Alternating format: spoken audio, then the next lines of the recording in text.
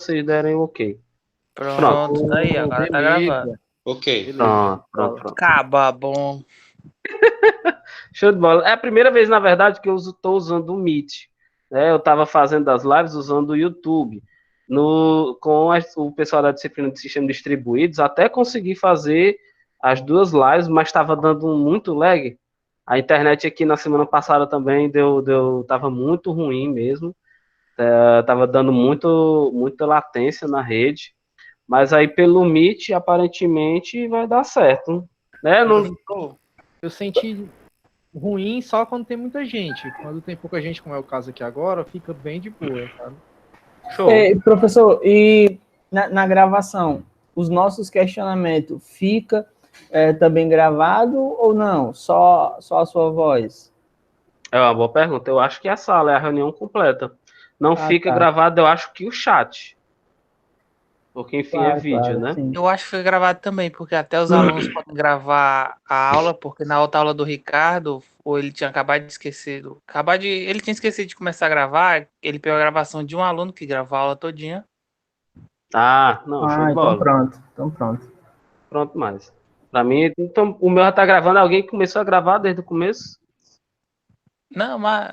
Ei, professor, uma coisa que eu queria perguntar, nas outras aulas, o senhor chegou a mandar também um e-mail, porque eu achei que o senhor tava, as aulas do senhor era só gravada, era só aquelas aulas gravadas, eu não achei que o senhor tinha feito nenhuma live até agora.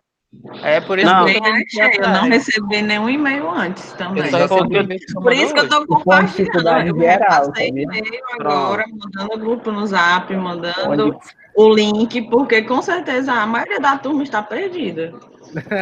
Exatamente. Pronto. Acontece o seguinte, quando começou a quarentena, foi pedido que a gente entrasse em contato e eu caí na besteira de mandar as mensagens via sistema. Só que eu esqueci que as minhas mensagens nunca chegavam. E aí eu mandei na primeira semana, como a primeira semana realmente não era live, eu deixei o conteúdo, eu gravei e postei. Foi assim com as duas primeiras aulas. Quando foi na segunda ou foi na terceira semana que a faculdade disse, não, tem que ser live no horário da aula, aí eu comecei a mandar e eu vi que realmente não tinha nenhuma adesão de vocês, né? E aí, quando foi na semana passada, eu falei com o professor Igor, que ele é o novo coordenador do curso, né? Aí ele disse, não, você tem que manter a comunicação direta com eles agora. Aí ele me lembrou que lá no Moodle tem como pegar o e-mail de vocês, o pessoal. Porque no sistema da faculdade não tem. Aí no Moodle aparece o cadastro.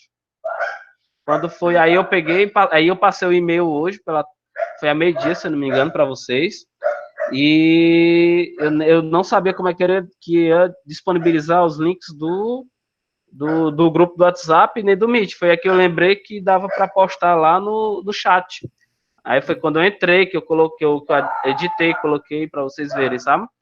Aí, para quem está chegando agora, que eu vi que entrou mais umas duas pessoas depois, eu acho que a Rayane chegou a escutar a explicação, né?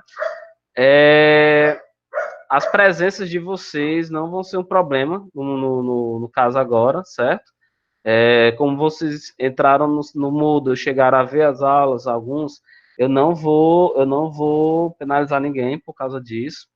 Agora, as notas de vocês vão ser compostas, né? Ela vai ser uma nota composta de todas as atividades que vocês realizaram, certo? Então, se eu não me engano, tem 3 atividades lá e tem a de sala de aula antes que a gente realizou antes de entrar nessa quarentena, né?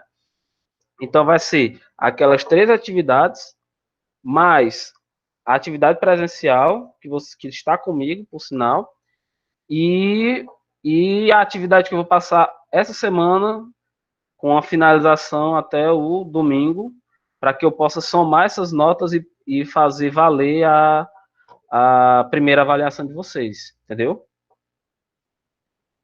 Seria a N1, é isso? Exatamente, seria a N1. Vocês conseguem entender? Tudo tranquilo?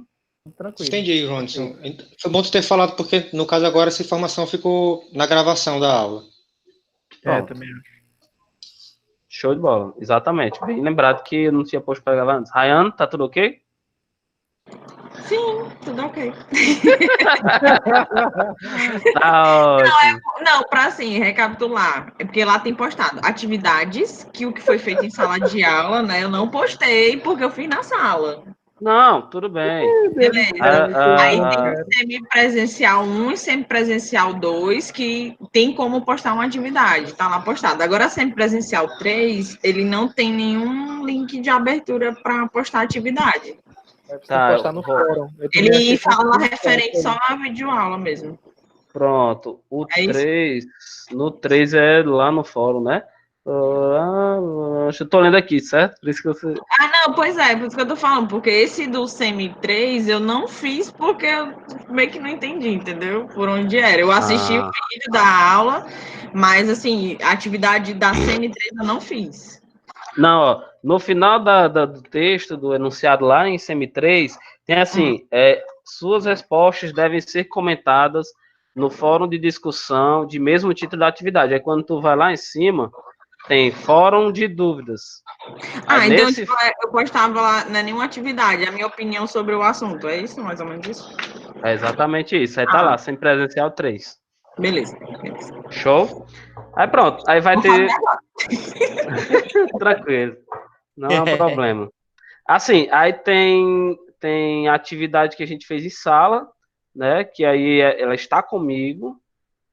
Não sei se algum de vocês deixou de entregar para mim no dia da aula, né? Mas ela não foi aberta no Moodle, tá? Eu vou abri-la. Aí hoje vai ter uma atividade referente ao conteúdo de política de segurança, né? O final. Na verdade, política de segurança eu terminei, vou começar a controle de acesso. A última aula que eu vi foi sobre auditoria. Você vê como é que eu tô bem, né, mano? Psicologia, vixe? Não, auditoria, na aula, né, que eu me lembro. Inclusive, acho que teve outro conteúdo além disso, né? Na aula. A gente foi até quando, mais ou menos? Antes da pandemia, você lembra? Antes da pandemia foi até relatório. Relatório. De auditoria. Pronto, é relatório mesmo. Foi justamente quando começou a quarentena que a gente ia passar por política de segurança. Beleza. Entendeu? Beleza. Aí, como eu disse, na semana que vem, a primeira meia hora de aula, vocês tenham assistido os conteúdos anteriores. É como eu disse, tem 2 aulas fora a parte, que é de 10 minutos, que foi quando eu comecei a postar a aula e não era live. Aí tem 2 lives. Os dois vídeos isolados são de 10 minutos, se eu não me engano. A primeira live é de 60 e a segunda live é 1h30 mesmo, completo, né? 1h20. Mas aí eu acho que numa tarde vocês conseguem sentar e fazer isso, ou uma noite, ou dividir aí daqui até a terça-feira que vem. E aí a primeira meia hora eu dou um resumão e vocês tiram dúvida comigo, seja pelo chat aqui na lateral ou perguntando mesmo. Tudo bem? Beleza, tranquilo. Tá massa.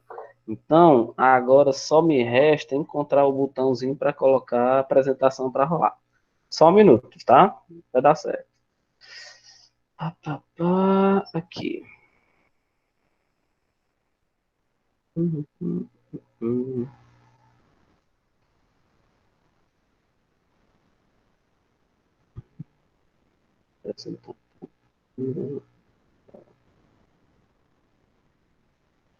Acho que vai ser essa daqui. Deixa eu ver se ele pega a apresentação aberta. Vocês estão conseguindo ver? A apresentação? Sim. Sim, aqui. Onde só que a apresentação ela tá em miniatura, no lado direito da tela. Como é? Não, deu certo aqui, apareceu aqui já. Aqui tá aparecendo pra mim também. Aqui também tá aparecendo. Agora tá no centro da tela. Aqui tem um lagzinho, mas é normal. Normal, eu acho também. E agora? Deu uma melhorada? Perfeito. Show de bola. Então, meus amigos, qualquer problema que vocês queiram perguntar, ou se tiver dando lag e tiver cortando, vocês avisem, tá? Vambora. Então, cara, só recapitulando aqui, na semana passada a gente viu, a partir desse slide aqui, ó, do slide, deixa eu ver, não sei qual é o número do slide, mas era definindo uma política de segurança de informações. Então, eu dei uma explanada aqui como funcionou o ciclo desse processo, né, em que inclui como definir uma política de segurança e o impacto que ela tem em outros documentos, em outras rotinas de uma organização, tá? Na sequência, eu vim falando sobre como implantar, como definir, identificar, como montar o seu plano, tá? E a identificação dos recursos. Eu acredito que quem tem assistido a última live tenha visto, né? Desculpa aí os gaguejados, porque as primeiras realmente fiquei meio nervoso, mas tem hora que dá branco e depois volta. É normal. Enfim, né? Voltando aqui, nós vamos começar conversar hoje sobre os controles de segurança, tá? E esses controles de segurança podem estar, né, embutidos numa política de segurança, desde que sua complexidade não venha a acrescentar impactos negativos, né, no processo. Né? Como eu comentei na live anterior, acontece da seguinte forma: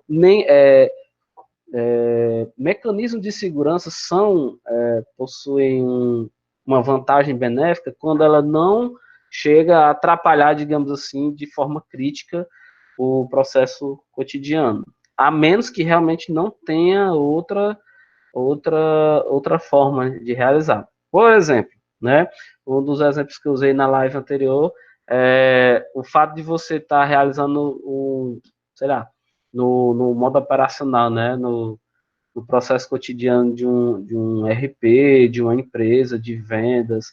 Você vai realizar uma determinada venda, e aí o vendedor tem que entrar com o seu usuário para gerar uma ordem de compra, uma ordem de venda, e uma vez que ele passe de uma tela para outra, ele tem que inserir novamente, repetidas vezes, né? A mesma senha para garantir que é ele mesmo quem está fazendo aquilo. Tem mecanismos como esse exemplo, né? E não valem a pena eles serem reinseridos num processo, uma vez que ele já tenha sido feito no começo, porque pode atrapalhar mais do que contribuir com o processo de execução normal, entendeu? Ronson, Sim. Um exemplo, eu fiz recentemente um curso relacionado à segurança dentro do WordPress, né? E uma das coisas bem legais é exatamente isso que você está falando. O cara mostra assim, você não deve aplicar todas as políticas de segurança dentro desse caso específico. Senão vai ficar algo como... Eles botaram até um GIF do Pateta. Ele abrindo uma porta e tem outra porta. Ele abrindo uma porta e tem outra porta. Exatamente. Você escolhe uma coisa que você acha que não vai atrapalhar tanto o processo, mas que deixa um pouco mais seguro, né? Justo. Por exemplo, todo início de processo é interessante que tenha uma execução de autenticação, por exemplo. Agora, vamos falar de sistemas web. Uma vez que você faça um login, você muda para a tela de login, ou aparece uma tela por cima, né? Eu esqueci modal, o nome, né? os modais. Isso. Aparece o modal e você tem que, né, reinserir essa autenticação. Aí, toda vida que você vai executar uma operação que exige que ele ou reprocesse a página, ou ele deixe inativa a tela de full, né, e apareça aquele formulário para você entrar, né, com os seus dados e tal. Faz meio de loading, né, também, é muito comum, tipo, processando, algo assim do tipo, né, para dar uma informação também para o usuário de que aquilo ali está acontecendo, que é um processo necessário. Justo. Aí, se você estiver lidando com interferência na rede, se você tiver com problemas de largura de banda, toda vida que você for reprocessar, reautenticar, vai aumentar ainda mais o processamento daquela tarefa, entendeu? Ronison, assim, vou dar um exemplo do que eu sei, né, no caso do WordPress, os dois maiores, vamos dizer assim, impactos relacionados à segurança dentro do WordPress plugins e o ataque de força bruta. São os dois maiores, né? Os plugins são bem mais do que o ataque de força bruta.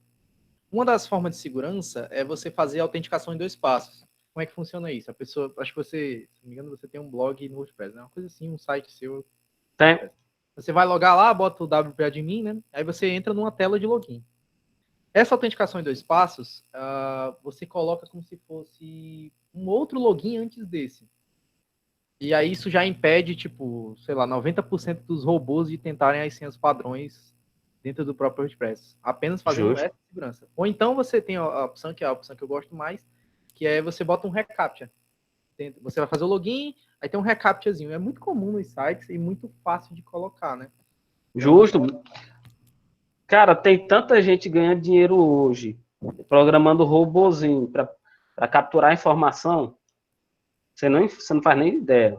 Eu vi projetos de pessoas, por exemplo, desenvolvendo uma inteligência artificial para poder entrar nos fóruns de justiça, baixar os processos e alimentar uma outra inteligência para poder gerar conhecimento em cima daqueles processos, entendeu? Sim, sim. Tem várias, assim, só para finalizar aqui o ponto, nesse curso que eu fiz de segurança, eu aprendi coisas assim que eu fiquei impressionado. Tipo, hoje, legal. apesar de ser uma plataforma que tem muito preconceito, ela é uma plataforma muito boa, mas tem coisas que você precisa fazer para ela fique melhor, né? Para que ela políticas de segurança. Tem um arquivo dentro do WordPress que até posso, não sei se o seu tá, né? Se tem esse arquivo. Que ele diz a versão que o seu WordPress tá. Você bota lá, você bota seu site, barra o nome do arquivo e ele diz a versão. Se a versão é 4.8, isso já pode ser uma forma de invadir, entendeu? Vai explorar essa falha no meu sistema, não. Eu vou descobrir. Cara, não sei se no gosto você viu, né? Porque, assim, o WordPress, né? Ele é um CMS, e aí eu já trabalhei com esse tipo de sistema, né? Eu trabalhei com o WordPress, com o Joomla, tem o Drupal. Tem uma ruma, viu? Tem muito. Tem muitos. Aí o meu, por sinal, ele não foi desenvolvido, por exemplo, usando uma parte da vida num Champ. Eu não desenvolvi o site na mão. Eu entrei no site do WordPress e lá eu Foi, aí eu usei o próprio criador deles lá, porque eu tava querendo agilidade e nunca mais fui atrás de alterar isso. Mas na época que eu brincava com o WordPress, que eu dava uma trabalhada com ele, fazia alguns sites, o maior problema que eu vi é que algumas pessoas não apagavam tem uma pastazinha lá que é o admin, né? Tem um arquivo dentro dele, ó, por exemplo, tem o WP config, que é das configurações, e tem um simple, que é o arquivo que ele explica como é que é. Se você não apagar esse arquivo, o que acontece? A pessoa pode tentar descobrir que o seu site é WordPress, que é uma das maneiras de se defender também, é a pessoa não saber que o seu site é feito em WordPress. Ela consegue acessar, mesmo que ela não consiga ver nada, mas ela sabe que aquele arquivo existe lá. Aí ela pode usar isso como esse site é WordPress, eu posso usar alguns mecanismos para tentar invadir, força bruta, tentar entrar por algum plugin que tenha alguma brecha. É uma série de coisas. Não só esse arquivo aí, Ronison, que você tem que apagar. Tem um arquivo license.txt. Você tem uma série de configurações também que você pode fazer dentro da pasta htaccess, dentro do arquivo htaccess, que bloqueia o acesso. Por exemplo, se você tentar entrar numa pasta, por exemplo, tem uma pasta lá que é WP Includes. Normalmente, essa pasta, quando você tenta acessar, por padrão, as hospedagens já bloqueia, dá um 403 para você, acesso proibido. Mas algumas, se você hospedar numa AWS da vida, e você mesmo tem que fazer todas as configurações e tudo mais, esse acesso já não vai estar, por padrão, bloqueado. Você tem que bloquear por sua conta. Né? Então, você tem que entender, né? Do que você tem que bloquear. Exatamente. Você tem que entender o que você tem que bloquear. Eu estou dando um exemplo aqui do WordPress, que é uma plataforma muito visada para ataque, mas existem muitas outras aí que também tem certas políticas. Mas é aquele tipo de coisa, cara. O mais usado com certeza vai ser o mais atacado. Exatamente. Porque tem muito site aí de nível nacional mesmo, como, por exemplo, o G1. O G1 é todo WordPress. É um dos exemplos, né? Então, quando você tem algo popular, com certeza ele vai ser o mais atacado. E aí, caras, tinha mais alguma coisa para levantar aí do WordPress? Tem, mas vamos deixar para outro momento. Assim, são detalhes. São detalhes. Show. Quero fazer meu curso de segurança também. Não posso, não? Pode ser Então, uma boa ideia futura. Eu tenho uma ideia de criar um curso a respeito de segurança, que é um assunto que eu gosto demais, entendeu? E aí tô jogando aqui. É muito interessante. Cara, é o Pedro que tá falando? Exatamente. Eita! Quando eu ouvi falar de WordPress, já achei que era você mesmo. Cara, eu já ia dizer, né? Porque tem muita empresa, mesmo aqui em Fortaleza, que também trabalha customizando, né? O WordPress, vendendo sites ou criando mesmo sistemas web com a base, né? Do WordPress, enfim. Há muitas agências, inclusive aqui em Fortaleza, utilizam o WordPress. Algumas agências maiores, como a Advance, Convert, essas agências assim, elas usam o WordPress, mas também usam outras tecnologias. Mas é porque na questão do SEO, o WordPress ele ajuda demais, né? O pessoal das agências, que eles trabalham também com a parte de performance. Justo. Pois, vamos montar um mini curso depois, mas segura a ideia, tá? Vamos voltar aqui para controles de segurança, tá? Então, a ideia dos controles de segurança, quando você vai definir, por exemplo, a sua política de segurança, né, a ideia deles é eliminar riscos, eliminar possibilidades onde as pessoas possam ter as suas informações extraídas, não só extraídas, como também banalizadas, deletadas, né? Reduzir os riscos nem sempre é possível. Desculpe, eliminar os riscos nem sempre é possível, né? Dependendo do sistema, o máximo que você vai fazer é mitigar, é reduzir, né?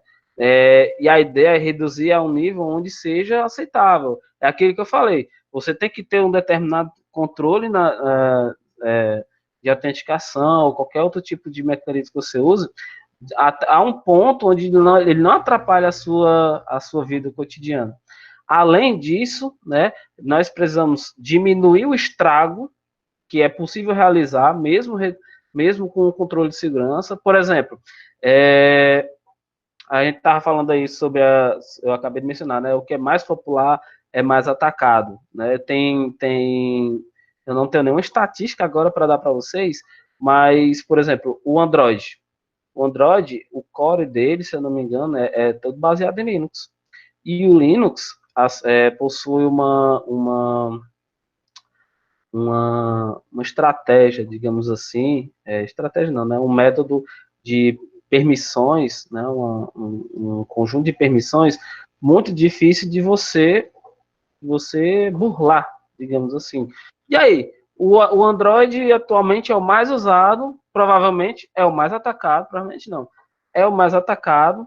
E aí, como é que as coisas acontecem se o sistema possui uma base sólida? Acontece, né, como sempre, né? O usuário, quando ele não tem a cultura da segurança enraizada, não é consciente dos riscos, ele com certeza vai cair em alguns gafes. Ponto número 1, instalar aplicativos fora da loja virtual da empresa. No caso do Android, do Google Play. No caso de iOS, a Play Store. Não, desculpa. Play Store é do Google, é a Apple Store. Apple Store. Então, quando você instala um software de terceiro, que você não conhece a origem, não tem noção da confiabilidade, há uma grande possibilidade de você acabar instalando um malware junto com esse aplicativo, ou ele está lá capturando suas senhas, ou os toques que você dá na sua tela. Então, você tem que além de aplicar métodos de segurança que protejam de uma pessoa invadir, né? Você tem que aplicar também métodos que impeçam que ela destrua o que tem lá, né? Então, como é que se diz? A estratégia das permissões é uma delas, né? Assim você pode reduzir o impacto caso venha acontecer o pior, né? E uma vez que você tenha um dano, que mesmo depois de você eliminar riscos ou reduzi-los ao nível aceitável, você tem que compensar o dano por meios seguros, né? Você tem que ter uma estratégia, né, para contornar o problema quando ele acontece, ok? Tem alguma dúvida, vocês? Tá com muito tempo que vocês não escutam minha voz, talvez. Talvez seja muita dúvida. Diga. Eu não quero ficar falando muito aqui também, porque isso é um pouco chato, mas eu já aprendi, já vi um pouco sobre isso na questão dos sistemas operacionais, no caso de Android e Linux, e aprendi também que, no caso, não é recomendado eu fazer os deploys de qualquer coisa, né? No caso do WordPress, né? Sistemas web, né? Sistemas web, no Windows, por ele já ser a plataforma mais utilizada. Porque existem também as formas que as pessoas invadem o seu sistema, mas o vírus também pode estar no seu próprio computador, no seu sistema operacional, em algum programa que você baixou. E ele pode usar essa brecha para entrar no seu site, pegar o IP ou coisa assim do tipo. Você acredita, por exemplo, muitos sistemas hoje usam o Linux como plataforma justamente por causa disso. Eu queria saber se você tem essa informação. A pessoa que, por exemplo, usa o Windows como plataforma, né, principal, e, por exemplo, usa uma máquina virtual com um Linux apenas para fazer o deploy. Essa segurança, ela consegue fazer isso de um jeito que burle essa parte de o Windows ser uma plataforma insegura para fazer os deploys? Não sei se deu para entender. Eu entendi. Você tem uma máquina virtual Linux para realizar esse tipo de operação, se você fica livre, né, do problema do deploy no Windows de ser, sei lá, de ser espionado, capturado ou deletado alguma informação tua, né? Exatamente. Cara, a máquina virtual, ela é um container, né? Acredito que vocês tenham, se vocês não viram sistemas distribuídos ainda, mas verão, né? Hoje a gente tem as tecnologias de container que servem justamente, que é uma tecnologia avançada das máquinas virtuais. Teoricamente, o que está lá na máquina virtual é caixa preta, né? Você, quando você, como é que se diz, está executando alguma operação na máquina virtual, para que você, por exemplo, arraste um arquivo da máquina da máquina virtual para o seu sistema operacional original e vice-versa, você tem que dar uma permissão na máquina virtual para que isso aconteça. Eu acredito, principalmente se você estiver usando uma VPN que tenha criptografia, é um jeito seguro de fazer. Eu trabalho com Windows, então, mas não faço deploy em sistemas web. Não, além do que eu trabalho dentro de intranets e tem todo um esquema de segurança por trás, ou quando eu uso a VPN também, isso daí não é uma preocupação minha, por ter já esse background aí de segurança por trás. E, assim, no caso eu uso o Windows, que a vida me forçou, mas os desenvolvedores que eu conheço, né, normalmente usam Linux, que eu inclusive até recomendo para você ter uma plataforma como uma plataforma de programação, a melhor para mim, né? Agora você tem que aprender um pouquinho de shell script, de comandos de linha, de comandos de linha para poder trabalhar com isso. Mas eu recomendo. Mas, Júnior? Não tem igual, é Linux mesmo e... É Linux. Nem se compara. Não se compara ao Windows, né? Windows, é o Windows? O Windows.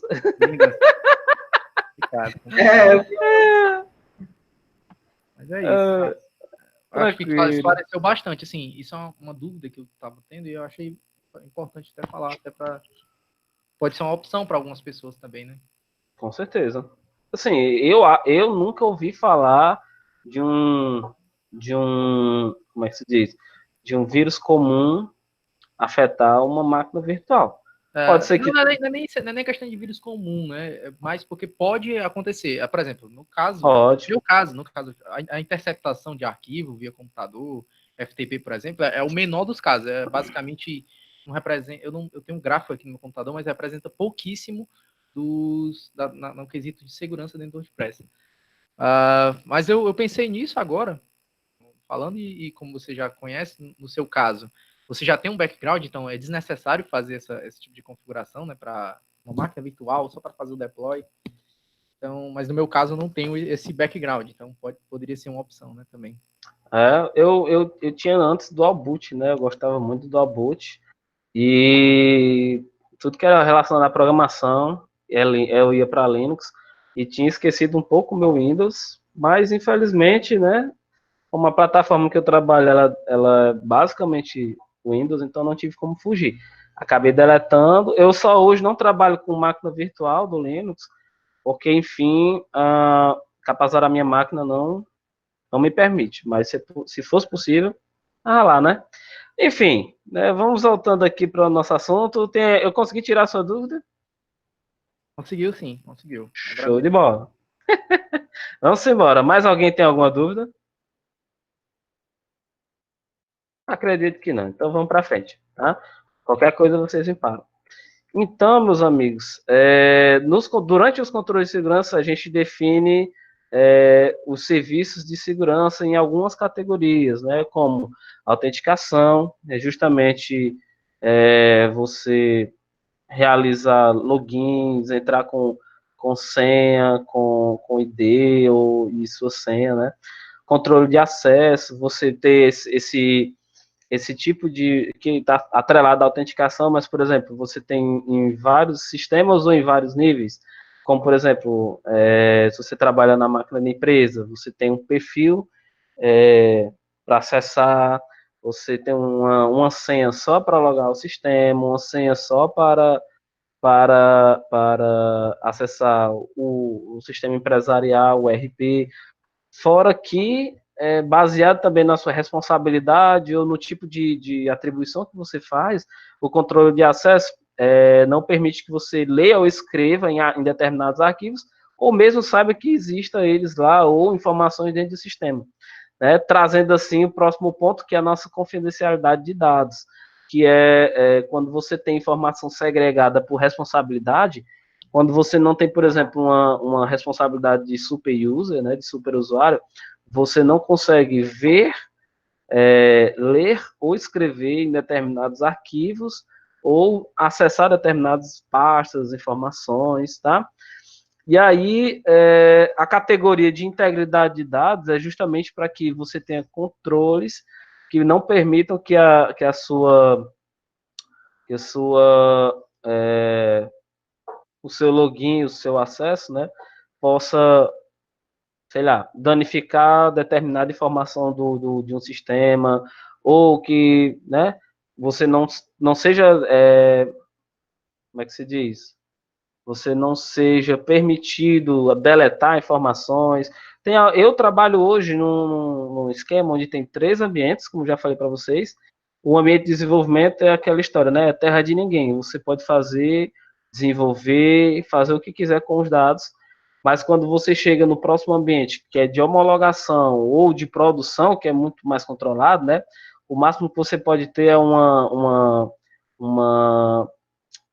permissão de leitura, né? Nada que você possa alterar ou deletar, né?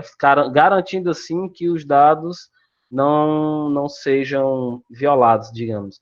E além do que, quando você olha para o nível a gente está falando de banco, né? Quando a gente vai para o nível de aplicação, a integridade dos dados tem que ser mantida, por exemplo, na utilização de máscara, para que a informação não entre de qualquer forma, na utilização isso falando de formulários, né?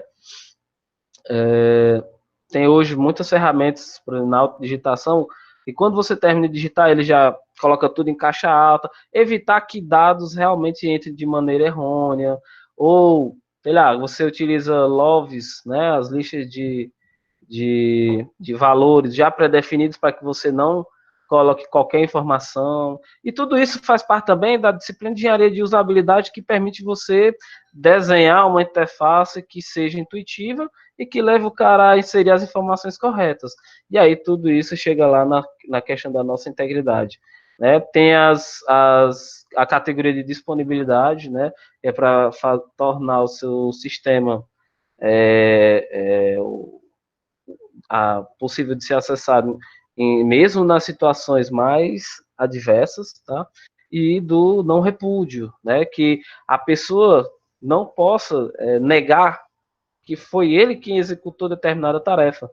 Ou, né, olhando por outro ângulo, que seja capaz de identificar o usuário ou o processo que realizou determinada mudança. E aí a gente vai voltar um pouquinho, quando a gente for falar do não repúdio, lá na parte de auditoria, né? Porque é justamente isso que a gente precisa quando a gente vai falar de segurança de sistemas. Você precisa encontrar quem realizou determinada mudança, quem tem, pois, se você tem uma alteração de dados, das duas uma, ou foi dado a algum usuário a capacidade de realizar essa alteração, ponto número 2, ou tem uma pessoa de alto nível de acesso que realizou aquela operação, né, que culminou num problema de segurança, numa quebra de integridade ou numa falta de disponibilidade. Mas o que é interessante marcar aqui nesse ponto do não repúdio é que, uma vez que você que já tenha sido realizado a ação, você consiga rastrear a pessoa que realizou, tá? O momento em que ela realizou e tentar entender o quadro de como chegou naquele estado, tá? Então, os controles de segurança são bem variados, tá? Então, nas definições desse serviço, né, além das categorias, você, ao definir uma política de segurança, por exemplo, para controles de acesso, tem as medidas que você pode aplicar, né? E vem a segurança física, que nada mais é do que a segurança mais velha do mundo, que é uma analogia aqui, é justamente botar um cadeado numa porta, ou num portão, trancar a porta com a chave. Segurança física é evitar que pessoas não autorizadas trafeguem, né, dentro de um determinado espaço ou tenham acesso a um determinado equipamento, tá? Então, exemplos de segurança física. O cadeado e a chave é um dos maiores exemplos, né? Mas o problema com elas, o cadeado pode ser quebrado e a chave pode ser copiada. Mecanismos de segurança, por exemplo, por características físicas, né? Por exemplo, digital, retina, reconhecimento de voz. É muito difícil você encontrar uma pessoa capaz de arrancar o dedo de outra para ter acesso a uma sala. Não é impossível. Mas, normalmente, o que acontece com as características físicas da pessoa com o passar do tempo? Elas envelhecem, e aí elas perdem as características de quando, por exemplo, elas foram gravadas durante um sistema, e dependendo da frequência com que a pessoa acessa determinado sistema, ou determinada sala, ou equipamento, né, independente, pode ser que venha a ter alguns problemas. Mas, por exemplo, a digital hoje é um dos meios é uma das medidas de segurança física mais utilizadas, né? Assim, em laboratórios, bancos, tem detectores de metal, ou seja, quando ele detecta que você está entrando com algum equipamento eletrônico ou dispositivo, ou metal pesado, sei lá, ele justamente barra a entrada e o segurança vai lá investigar o que é que você tem na sua bolsa, o que é que você tem no seu corpo, entendeu? Então, segurança física é isso, impedir que determinada pessoa realize uma ação ou trafegue em um ambiente ou acesse um determinado dispositivo justamente por esses dispositivos, né, físicos. Segurança de recursos computacionais. Então, vamos lá. Eu posso ter as minhas boas e velhas senhas, eu posso ter as permissões, tá? Segurança administrativa, eu posso ter a segregação de funções baseada em responsabilidade, em módulos, eu posso ter o login em si, né? Ele também pode ser considerado pode ser classificado lá na segurança administrativa. A medida de segurança de dispositivos de armazenamento, por exemplo, pendrives, como discos móveis, né? Os velhos os bons e velhos HDs portáteis. Existem empresas que, quando eles adquirem determinado equipamento, seja comprado ou seja alocado, né, alugado ou terceirizado, a primeira coisa que fazem é justamente desativar as portas USBs. É um dos exemplos mais clássicos, por quê? Porque a facilidade que você tem de puxar um pendrive, colocar em qualquer máquina e trazer uma ameaça virtual para dentro da empresa é altíssima, né? Acontece com mais frequência do que a gente imagina e pode acontecer de diversas formas, né? Tive um aluno que ele trabalhava, não sei se eu posso comentar, mas eu tive um aluno que trabalhava numa empresa e determinada secretária ou pessoa assim do operacional estava com o iPhone lá plugado no computador e quando o cara foi descobrir o que foi, ela havia encontrado uma forma de acessar as informações do iPod, do iPad dela, nem lembro qual era o dispositivo. Ela, num tutorial de internet, ela descobriu como fazer. Lembra? O usuário que não tem consciência da segurança é uma das maiores ameaças.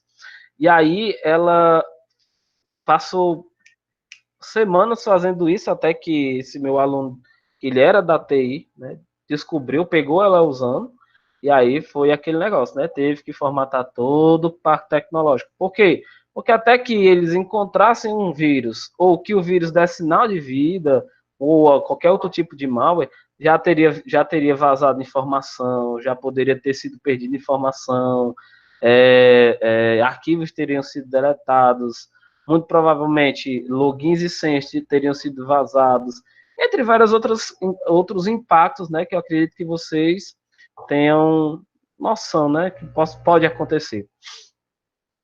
Então, segurança para com dispositivos de armazenamento, né, você pode tanto ter dispositivos criptografados, já vi pessoas pegarem dispositivos móveis e na raiz eles darem só permissão de leitura, um exemplo. E aí eles teriam uma pasta interna lá onde era possível realizar as 3 operações, né? Leitura e escrita, as 2 operações, né? De leitura e escrita. E é uma abordagem, você pode ter senhas nos dispositivos, há aplicativos que realizam esse tipo de operação. Enfim, né? Quem é que vai definir qual controle você vai aplicar? Você mesmo. Aí, mas professor, como é que eu vou saber? Primeiro você tem que vamos lá, voltar um pouquinho aqui voltar um pouquinho aqui na apresentação, só para eu puxar o gancho da aula anterior, né?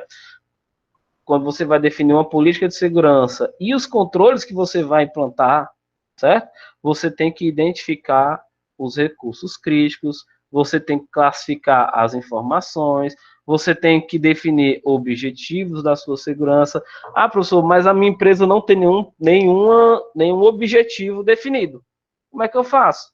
Cara, primeiro, você trabalha com segurança, você vai trabalhar como analista de segurança, você quer tomar essa responsabilidade com você, você é o encarregado do setor de TI, você tem que entender que existe a complexidade que a organização necessita, existe a complexidade que você da política de segurança, né, de implantação, né, até onde você consegue implantar, lembrando que uma política de segurança ela é iterativa, né, uma vez que você implanta, ela não tem fim, essa implantação, digamos assim, né, sempre está buscando renovar, buscando aplicar melhorias, entre outras, tá? Então tem sempre aquele ponto de você estar buscando aplicar novos métodos ou renovar os métodos antigos para se adaptar às novas realidades, né? Uma vez que a gente sabe que a internet hoje é lugar de sistemas web, sites, né? Dispositivos conectados dos mais variados, desde a IoT até a nuvem, até os sistemas já tradicionais da web, web services, né, que podem nem ser um web service por natureza, pode ser uma aplicação que foi implantada e dada abertura, uma ferramenta desktop, por exemplo, foi implantada no servidor e dada abertura para que ela se tornasse uma ferramenta de web service. Cara, tem múltiplas variações, tem múltiplos cenários, e aí você só vai conseguir definir isso quando você souber de basicamente todos esses passos aqui. ok? Então você tem primeiro identificar quem são os recursos críticos. Oi. Uma coisa que aconteceu, né? Lá na empresa, eu não vou nem falar muito, né? Como é que é também para não queimar tanto. Tranquilo. Lá então, a política é quando acontece alguma coisa errada, vou falar aqui, alguma coisa muito ruim, aí que eles abrem os olhos para a questão de segurança, né? Lá na agência não tem muitos, vamos dizer assim, não tem muitos e-commerce, né? Que são pisados demais lá mas existe alguns. A gente trabalha lá. E esses são dois, né? Que eu mais mexo e tô sempre em contato. Esses dois, ele já foi invadido pelo menos umas 3 vezes cada. Chamar, E só que assim, é a relutância de colocar algumas políticas de segurança que faz com que isso aconteça, de colocar uma senha forte na hora de fazer o login, e sei lá, bloquear algumas funções para determinados usuários, esse tipo de coisa. Pedro, olha, essa parte de implantação de políticas é tão complicado, porque assim, se você não tiver um controle, você, em algum momento a empresa, pode ser até um momento antes de você ter sido contratado, por exemplo. Vamos botar num exemplo, onde a empresa onde você está, hipoteticamente, tinha um serviço que estava rodando lá no servidor e ele utilizava determinada porta. Aquele serviço foi desativado, você foi contratado posteriormente, o cara que estava na equipe antes, ou que ainda está com você, né, não atentou para bloquear essa porta, a porta ficou aberta e aí está lá. E ali é um alvo para ser explorado por qualquer invasor, entendeu? Então, a questão das políticas de segurança são difíceis de implantar? São. E se tornam cada vez mais difíceis, uma vez que você tem que dar muito sistema. Opa. Oi. O microfone tá chiando agora. Acho que é o Júnior. Oi, Júnior. Quer perguntar alguma coisa? Alô? Oi? Tá chiando o microfone dele, pede pra ele reconectar, né? Manda no chat.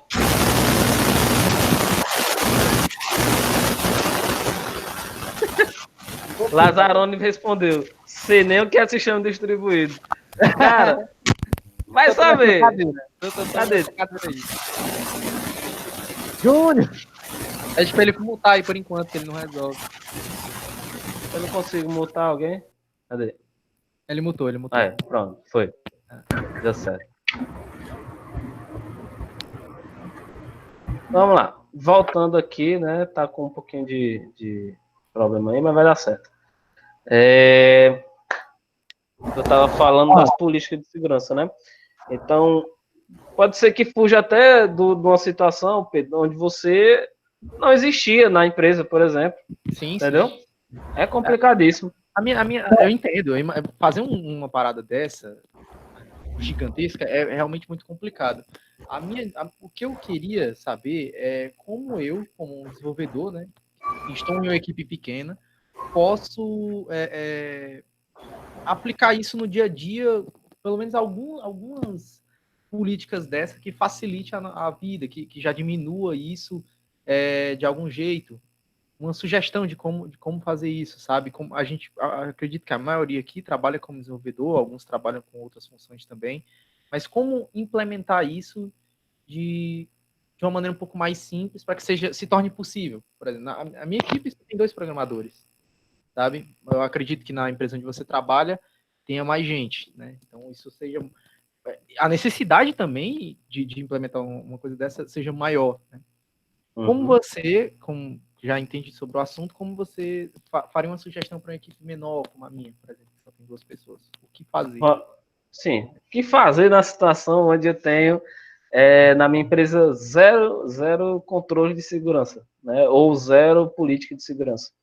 Cara, a primeira coisa é a seguinte: você acabou de dizer que é desenvolvedor, é programador, então provavelmente tem alguém acima de você. Você não pode começar nenhuma mudança em qualquer cultura ou rotina de uma empresa sem antes estar acordado com o seu superior. E o seu superior, que é da área de TI, tem que, obviamente, alinhar também com o superior dele. Dessa forma, quando você tem uma aceitação tanto da pessoa que está, né, sob o seu comando, está no comando direto, e na sequência ele consegue convencer as pessoas que estão, né, investindo o seu tempo, aí a aceitação é o primeiro passo. Aceitar é o primeiro passo. Após isso, aí é discussão. Por exemplo, vou criar um novo plugin para o WordPress. Esse plugin vai necessitar de algum mecanismo de segurança, vai necessitar de algum login, vai necessitar, sei lá, de backup da informação que está lá nele. A primeira coisa que você tem que saber é identificar o recurso. Na sequência, quanto de esforço isso vai lhe conferir, tá? Então, tem que ser alinhado com o seu gestor, de forma que, eu quero acrescentar aqui uma tela de login que é para evitar problemas. Ótimo.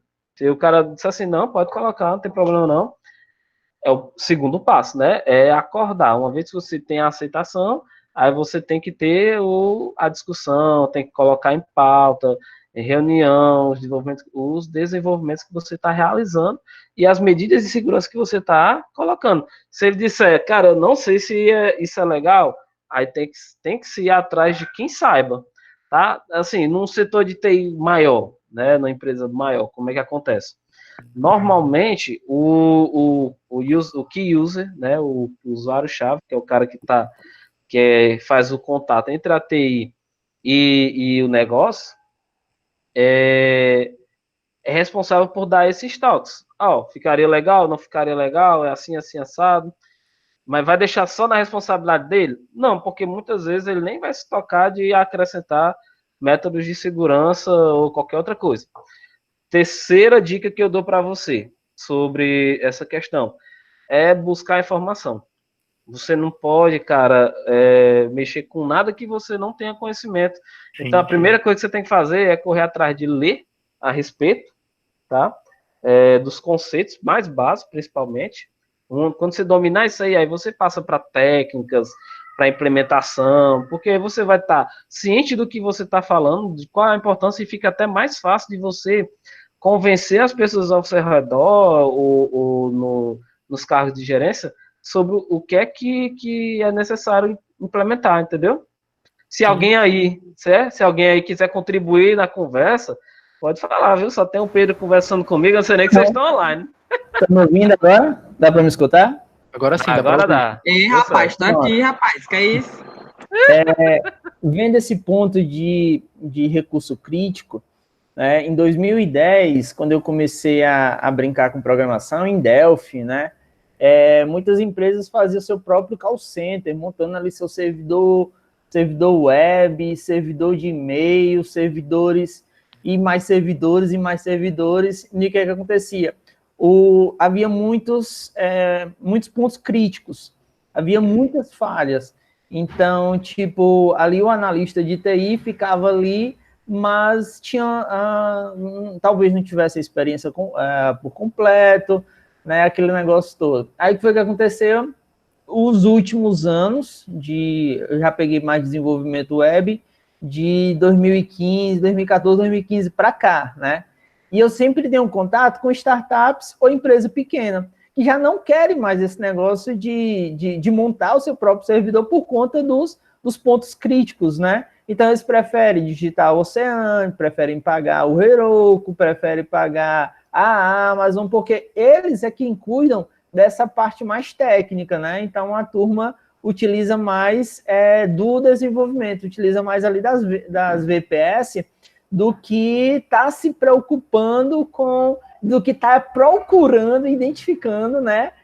Pontos críticos, né? Vendo aí qual o melhor recurso utilizar. E aí o que acontece? Do ano passado para cá eu já consegui entrar numa empresa que ela é do governo.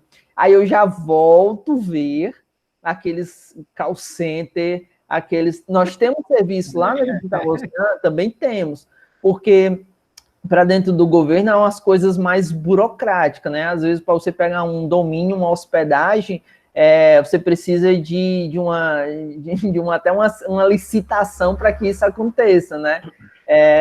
Tudo é envolvido dessa forma, né? Sem contar que, numa gestão, aquele gestor está trabalhando nessa linha de técnica, né? Aí sai aquele gestor, já entra outro gestor com outras equipes, né? E aí a outra equipe já tem outra linha de pensamento, né? Aí já vai fazer algumas mudanças, né? Então, hoje eu vejo lá dentro da Escola de Saúde Pública aqueles call centers novamente, que a gente também depende da Casa Civil, que na Casa Civil tem seu data center. Mas, em geral, as startups e empresas pequenas, elas já estão procurando as hospedagens nas nuvens por conta disso. Eles a própria empresa lá, né, a Digital Ocean, a Amazon, que identificam, vão atrás de sempre estar monitorando esses pontos críticos para que tenha um hospedagem, quem compra, né, quem adquire, tem uma hospedagem boa. Exatamente. Com certeza. Cara, esse ponto aí que você colocou é interessantíssimo. Vamos lá, né?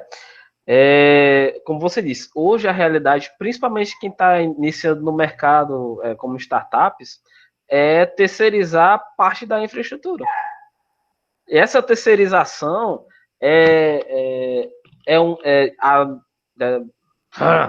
em um determinado ponto de vista, né? Em um ponto de vista é algo positivo, né? Porque você não precisa investir, por exemplo, num data center, você não precisa investir em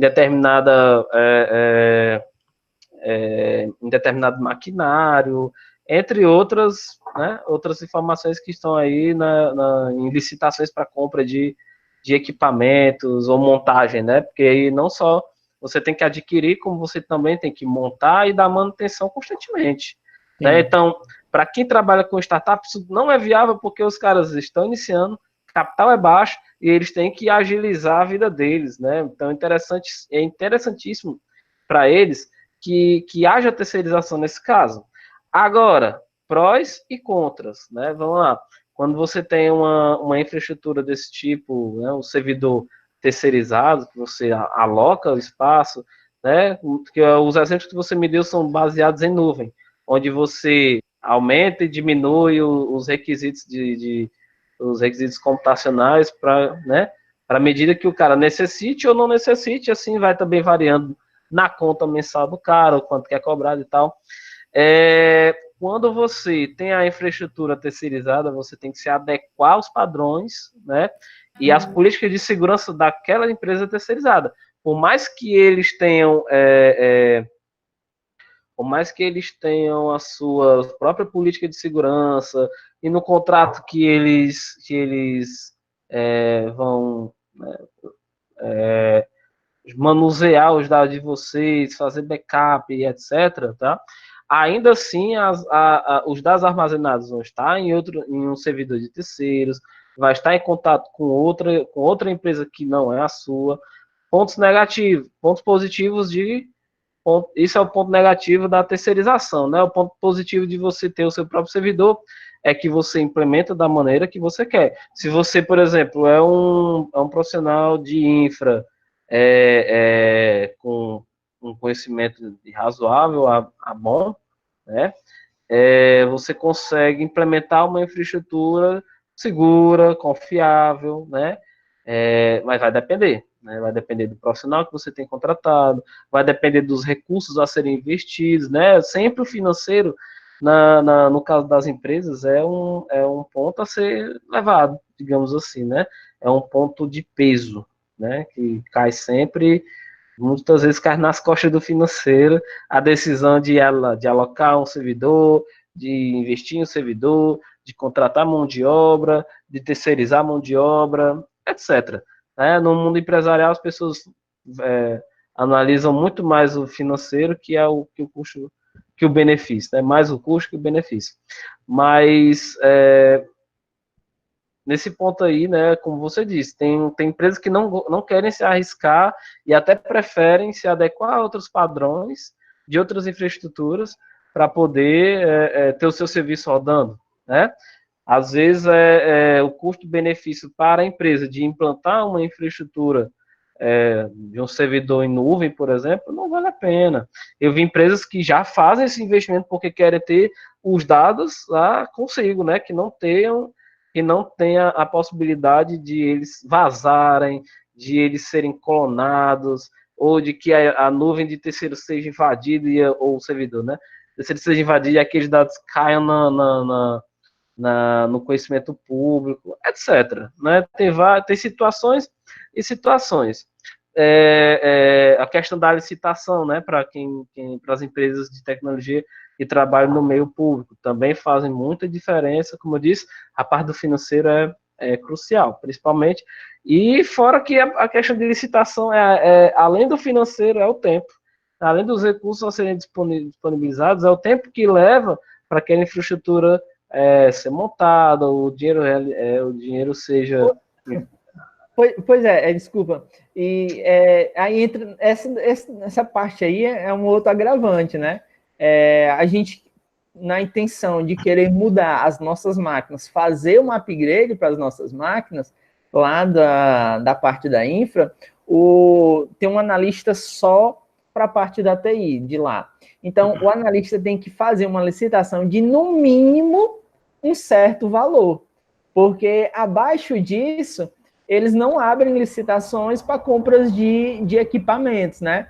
E já você, nas nuvens, não, você tem aquele valor lá, que também, na parte pública, não é muito fácil você, poxa, tem um serviço acolá, é muito bom, e vai ser $50 por mês. Na parte pública é muito difícil o financeiro liberar $50 por mês para um serviço, né? É tudo na base da licitação. Então, para as pequenas empresas, startup, alguma coisa desse tipo, isso daí já é deixado de lado, já não precisa se preocupar com CPUs, com os seus rádios de CPUs, eles mesmos montam, né? A VPS, eu tenho uma Digital Ocean, eu mesmo monto a máquina que eu quero, pago aquele serviço, pronto, morreu. Mas no órgão público, tudo é burocrático. Tudo é mais difícil. É uma questão de licitação. Com certeza. É uma coisa de outro mundo. Cara, e aí dependendo, quando se trata de TI, principalmente, né, vocês prestem atenção, quando se trata de TI, tudo, principalmente no meio público, né, se leva como projeto, né, começa a implantação em formato de projeto.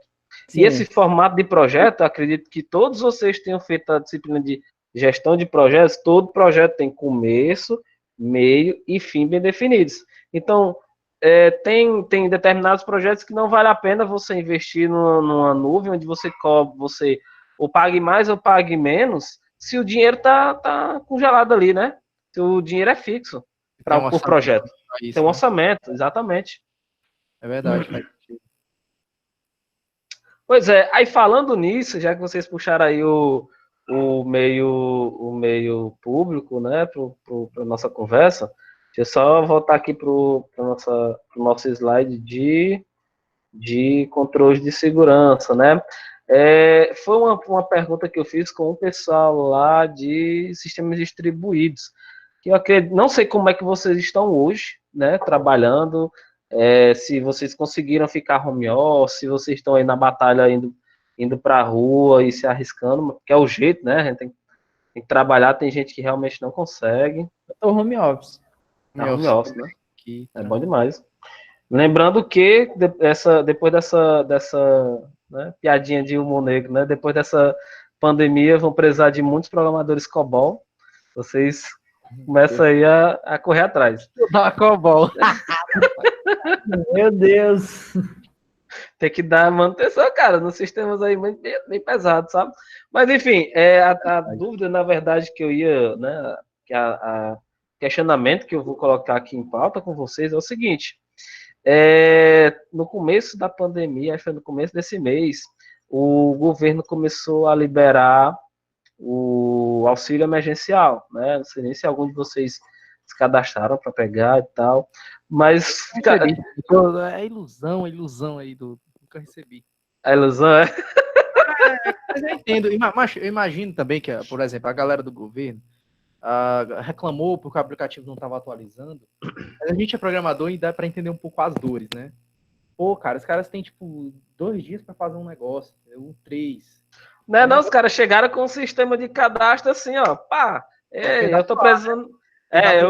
Bonito, ficou legal, cara, assim, eu não cheguei a ver o aplicativo, não. O aplicativo eu vi, cara, PWA, foi feito PWA, e, cara, eu inclusive tava no LinkedIn e vi o cara, né, um dos participantes do projeto, o cara postou, né, que foi assim, mais do que um projeto, uma missão, foi sensacional, foi bem legal mesmo. É missão mesmo, o cara teve que desenvolver um negócio em 24 horas, né, mano? Mas o Júnior acho que deve entender isso aí muito bem, né, porque pro governo é assim, né, eles dão um prazo horrível, né, pra te viram nos 30. Aí eu tava assistindo na manhã que o presidente da Caixa tava falando sobre o aplicativo e sobre o ajuda emergencial, né? Cara, foi legal demais. Não sei se foi o presidente da Caixa ou se foi um delegado da Polícia Federal, uma coisa assim. Ele comentou que qualquer tentativa de burlar a segurança ou de espalhar links, né? Fazer engenharia social, né? Espalhar links falsos, né? E tomassem cuidado porque todos eles seriam penalizados no máximo, né, da lei. Aí eu pensei assim, cara, a primeira coisa quando começar a quarentena foi o seguinte, bicho, o crime virtual vai ter um pico altíssimo nessa quarentena, porque todo mundo preso em casa, todo mundo usando sistemas. Aí, meu irmão, é cair matando. Quando a pessoa só sobrevive por meios ilícitos, aí é prato cheio, né? Para quem faz esse tipo de ataque social, digamos assim. E ele falou sobre essa questão da penalização, e quando você vai lá no site da Caixa, né? Que é auxilio.caixa.com.br ou .gov.br, coisa assim, né? Bem simples, né? Digamos assim, bem simples o link. Eu, particularmente, não ouvi falar de nenhum caso de link falsificado sobre o auxílio emergencial, né? Ou que alguém tenha caído em algum site falso, né? Que pegasse os dados, mesmo porque os dados não são nem críticos, né? O cara no máximo pega aquele nome de pai, nome de filho. Fazer muita coisa com o CPF, Anderson. CPF. Pega o CPF. Aí pega informação de cartão também, viu, cara? Informação de cartão.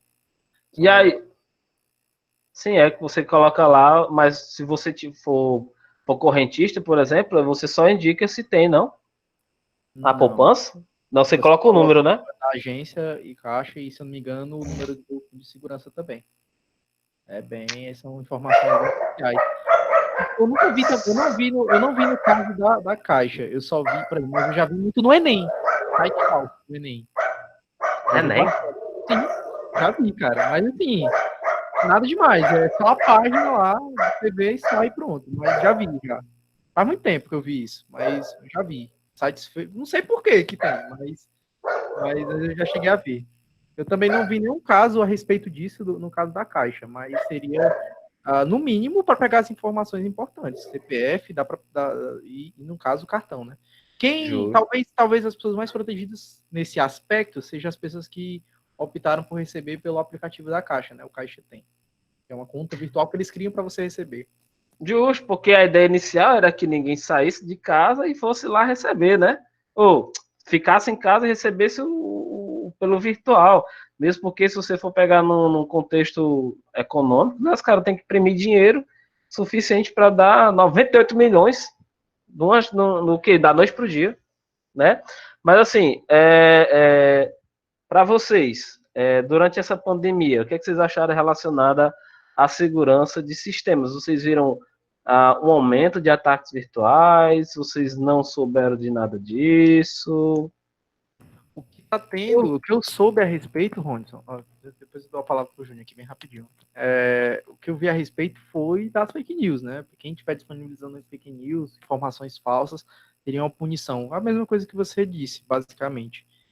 Mas, assim, eu não soube, pessoalmente, eu não vi nenhuma fraude relacionada ao auxílio emergencial. Fraude não. O único... Oi. Eu tenho, apesar de acompanhar bastante jornal, eu, em apenas um jornal, mencionou que tinha uma turma enviando um link no WhatsApp, pelo WhatsApp, e falando, né, que é do recebimento, do auxílio emergencial, etc. E nesse link, a pessoa ia para uma página de internet, ela colocava os dados dela pessoais, mas na página de internet havia a bandeira do governo passado, do governo Dilma, do governo PT, né?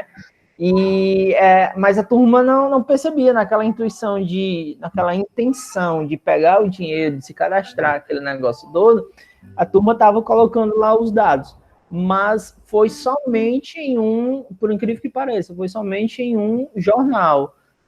Não foi tipo vários jornais que mencionam várias situações, vários casos. Eu também estou vendo muito parado, professor. O que teve de assunto relacionado à quebra de segurança foi justamente na questão, né? Vou lembrar aqui vocês, das videoconferências, né? Porque assim, as videoconferências, os streams, foi do Zoom, exatamente. Ficaram cada vez mais frequentes. Pronto, aí justamente, aí o Zoom, que teve um pico eu vi até essa notícia, né? Tiveram um pico no número de inscritos em dezembro, que triplicou, ou duplicou no mês de março, foi no mês de abril, e que o governo, na sequência, parou de usar porque fizeram um teste com o aplicativo e descobriram falhas de segurança.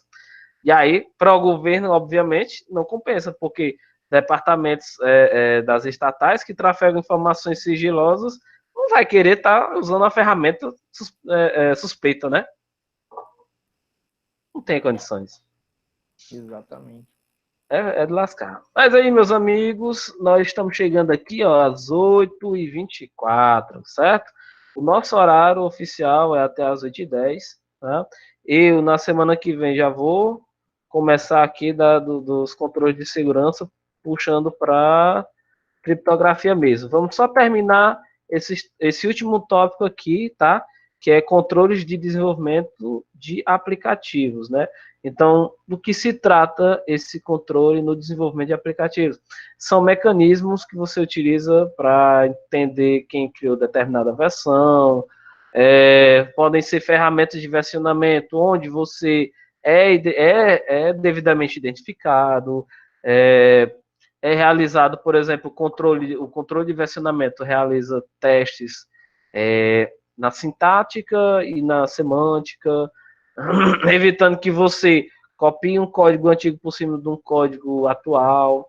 Acredito que vocês tenham conhecimento de um termo chamado rollback, certo? Que é o ato de você retroceder uma versão de sistema, ou retroceder uma informação, ou retroceder uma determinada operação numa tabela, num banco, numa função, num aplicativo, num módulo, né, de aplicação, tá? E esses controles podem justamente marcar qual foi a versão, quem foi que desenvolveu, qual foi a alteração no caso dos sistemas aí de versionamento, qual foi a alteração que foi realizada em determinado arquivo, em determinada data, em determinada hora e tal. Então, esses são alguns exemplos, né, de medidas que a gente pode utilizar nos controles de segurança para prevenir, né, algum problema na rotina. Então, vocês veem que pode ser aplicado na proteção de dispositivos ou de pessoas, na segurança física. Eu posso estar protegendo recursos computacionais e informações lá na segurança administrativa também. Eu posso ter diversos tipos de métodos de segurança para dispositivos de armazenamento ou mesmo nas operações de desenvolvimento de aplicativos, tá? Então, hoje a gente vai parando por aqui, ok? A semana que vem a gente já vai começar aqui em dispositivos criptográficos, tá certo? E ficou alguma dúvida? Vocês têm alguma dúvida? Alguém não entendeu, cortou a ligação? Quem quiser falar agora, cale-se. Fale ou cale-se até a semana que vem. Por mim tá ok, que eu entendi. Por mim também. Show de bola. Por mim, tudo bem, Ronson. Eu vou revisar mais a tua aula. Em breve eu vou ter a oportunidade de assistir ela offline, né? Tu vai deixar ela no Moodle. Com certeza. Essa daqui já vou baixar, já vou fazer o upload. É para estar aparecendo ainda hoje à noite no Moodle, tá? Eu vou upar no meu canal do YouTube e de lá eu já copio o framezinho e deixo como as outras aulas, né? Acho que vocês já devem ter visto, que ele é o quadrozinho do YouTube mesmo que dá para ver pelo próprio Moodle. Né? Eu copio o frame e já deixo lá disponível para vocês. Perfeito. E vai ter atividade, viu? Não esqueçam de fazer as atividades, pelo amor de Deus. Vai dar Tudo certo, bem? vai dar certo. Beleza, beleza. Ronson, Com certeza. eu agradeço pelas dicas também. Só para Show. já consegui identificar alguns problemas que eu vou ter, né? Mas vamos tentar, né? Não custa nada. Não, essa é a vida de programador, mano. Tem outra coisa não, mano. Ele tá falando, o Lazarão tá dizendo alguma coisa? Oi, eu tô com uma dúvida, Ronson, mas não é especificamente sobre a tua matéria. Eu gostaria de saber se você sabe qual é a última previsão que a FATEN tem para as aulas voltarem a ser presencial? Ah, cara, isso aí é um tópico que eu tenho que falar com vocês também, bem lembrado. Seguinte, quando começou a quarentena, a gente, na verdade, começou a quarentena antes do MEC deliberar a decisão de que teria que ser EAD, né? A parte do nosso ensino, até que a quarentena fosse liberada, né? Acontece que, para o MEC, as nossas aulas ficaram EAD a partir do dia 7, ficaram oficialmente EAD a partir do dia 7. Foi dia 7 de abril. O que acontece? Iríamos ficar até o dia 7 de maio ainda nesse modo virtual, tá? Só que aí, se eu não me engano, no dia 15 ou foi no dia 14, o MEC lançou outra portaria, outra notícia, estendendo esse nosso modo virtual. Então, a gente, pelas medidas do MEC, vai ficar dessa forma até o 14, 15 de maio. Provavelmente dia 15, se eu não me engano. Dia 15 de maio. Tá certo? Entendi. Então, assim, a gente ainda tem o quê? Tem 2 semanas, teoricamente, só aí de vantagem no EAD, né? Mesmo porque aqui no Ceará a gente está tendo puta problema com a epidemia. Tá muito ruim, e daí eu acredito que esse prazo talvez se estenda, né? Se Deus quiser, não vai, mas a gente tem até o dia 15 para voltar a nossa vida normal, né? Teoricamente. Eu falando assim, eu acho que ainda vai continuar, Rony. Bem sincero, eu acho que ainda é um erro voltar nesse dia 15, né? Por conta das situações. Claro que todo mundo vai ter que voltar um momento, né? Nem que seja todo mundo Chernobylzão na aula, mas vai ter que voltar. Mas eu ainda acho que vai se estender mais um pouco. Então, nem todo mundo de muito, né? Aí, gente. Certeza. Todo mundo de máscara e álcool. Igual tem um cara que ele andou, ele se cobriu com uma sacola de plástico, é sensacional. Vai se cumprimentar, bate os cotovelos assim, né? Maravilhoso. Show de bola. Caras, então, se vocês não tem mais alguma dúvida, deixa eu ver aqui. No chat tem 3. Que beleza, professor, tranquilo, massa. Então, se vocês não têm dúvida, a dica que eu dou é a seguinte: vejam as lives passadas, tá? Aí, como eu disse, a primeira meia hora a gente vai tirar dúvidas do conteúdo. Eu quero fechar essas notas da primeira avaliação de vocês na semana que vem, tá certo? E aí, entreguem as atividades. Eu vou postar de hoje para amanhã mais uma atividade de EAD para compor a nota de vocês, tá? Então, aí a gente vai ter 4 EADs, a atividade de sala, 3 EADs que já passaram, a atividade de sala e essa quarta. Eu acredito que essas EADs, eu vou abrir aqui agora, tá? Estejam ainda abertas para envio. Se não estiverem, estarão, tá? Estarão daqui a pouco. Nova guia. E aí a gente vai levando. Qualquer dúvida que vocês tenham, manda lá manda lá no grupo do WhatsApp que eu respondo. Ou respondo. Não, se não foi imediatamente, na hora que eu vi, eu dou um toque para vocês. Beleza? Beleza, Rony. Boa noite. Massa. Olha, eu tive hoje 18 pessoas a mais nas minhas 2 últimas lives. Mas pronto, ó, qualquer dúvida. Eu te ajudei na divulgação, viu, jovem? Essa mulher é boa demais. É verdade. Tá ótimo. Obrigado, meus amigos. Boa noite. Fique em casa e até semana que vem, né? Ou até o grupo. Até mais. Valeu. Vou desligando agora. Valeu. Boa noite. Boa noite. Boa noite aí, gente.